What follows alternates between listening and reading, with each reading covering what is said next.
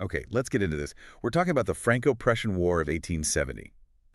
And if you're looking at a timeline, you might think, oh, it barely lasted a year. Right. But this war, it completely shook everything up. It didn't just redraw the map of Europe. It was, for all intents and purposes, the direct setup for World War I. It's one of those foundational events that, gets glossed over way too often. This wasn't some minor conflict. It was a revolution in how wars were fought, how nations were built. So what's our goal today? I think we need to quickly get to the core of it. Why did it start? What was the new kind of terrifying technology involved? And then what were the huge consequences for France and, well, the brand new country of Germany? Straight to the facts. Straight to the facts. And those facts really start with this growing tension in the heart of Europe. On one side, you've got the French Empire, led by an older emperor, Napoleon III, and he is just watching the German states next door getting stronger and stronger, and he's feeling pretty threatened by it. And he was right to be.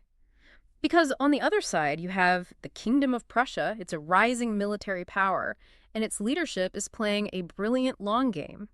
You've got King Wilhelm I, but the real mind behind it all is his chancellor, Otto von Bismarck. A major historical figure. Oh, one of the most important political minds ever. And Bismarck had one single laser-focused goal: unite all of those separate German states into one powerful nation. Which, for France, was a nightmare scenario. I mean, for centuries, a divided Germany meant France was the top dog on the continent. A united Germany would just shatter that whole balance of power. Completely. So you have French fear on one side and this relentless Prussian ambition on the other.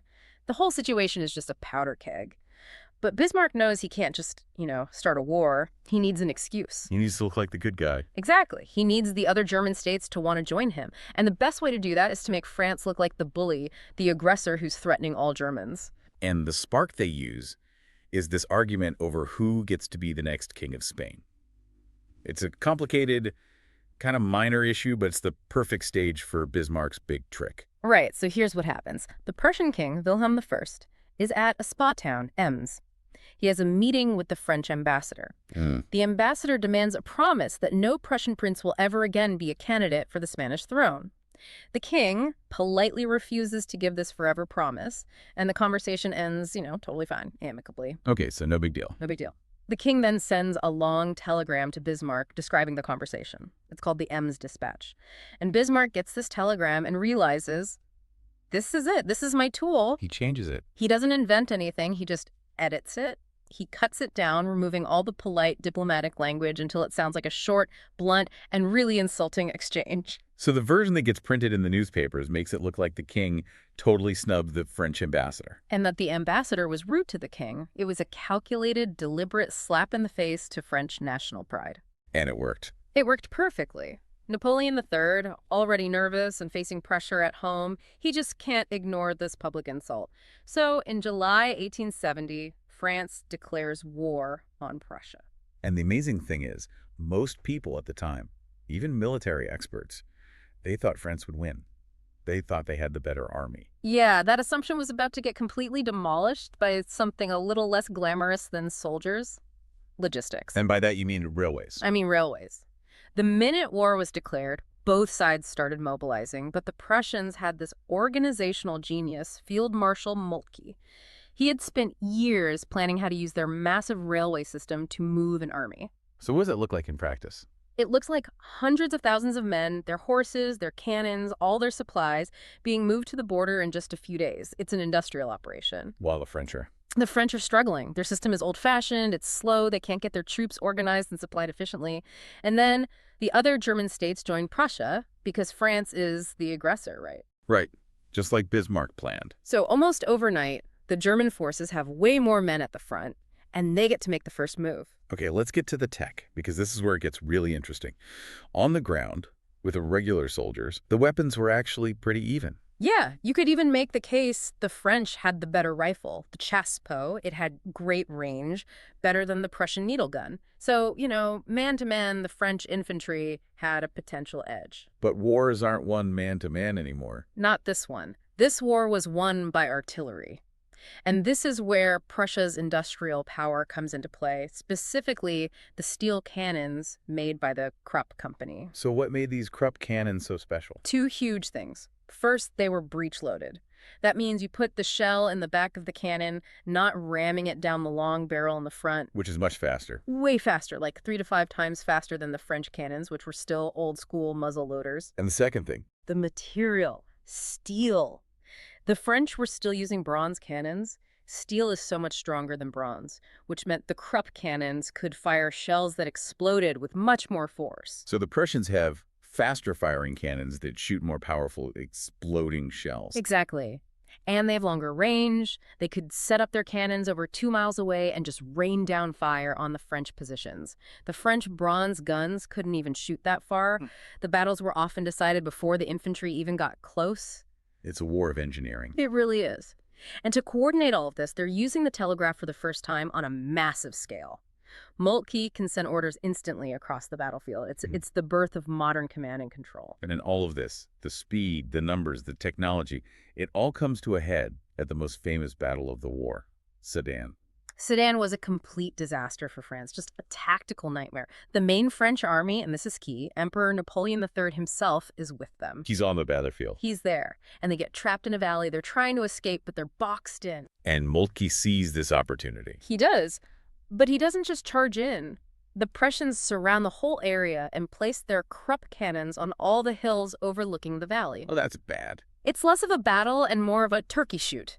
They just bombard the trapped French army, who have nowhere to go. It's a slaughter. And Napoleon III is watching this happen. He is, and seeing the absolute carnage, he realizes it's hopeless. So he makes this incredible decision to surrender himself and his entire army, over 100,000 soldiers. The emperor himself is captured. And when that news gets back to Paris, the city just explodes with anger. The government collapses overnight. They declare the Second Empire is over, and a new republic is born. So the war should be over, right? The emperor is gone. You'd think so. But the Germans want a total victory, so they just keep marching straight for Paris. They surround the city and begin a siege, cutting off all food and all supplies. And this siege lasts for months. Over 4 months, right through a really cold winter. And life inside Paris becomes just desperate. First, they eat all the horses. Then they start eating the animals from the city zoo. Wait, really? Like the zoo animals? Yes. There are famous menus from restaurants at the time serving elephant and camel. It sounds unbelievable, but they were starving. Wow. How do they even communicate with the outside world?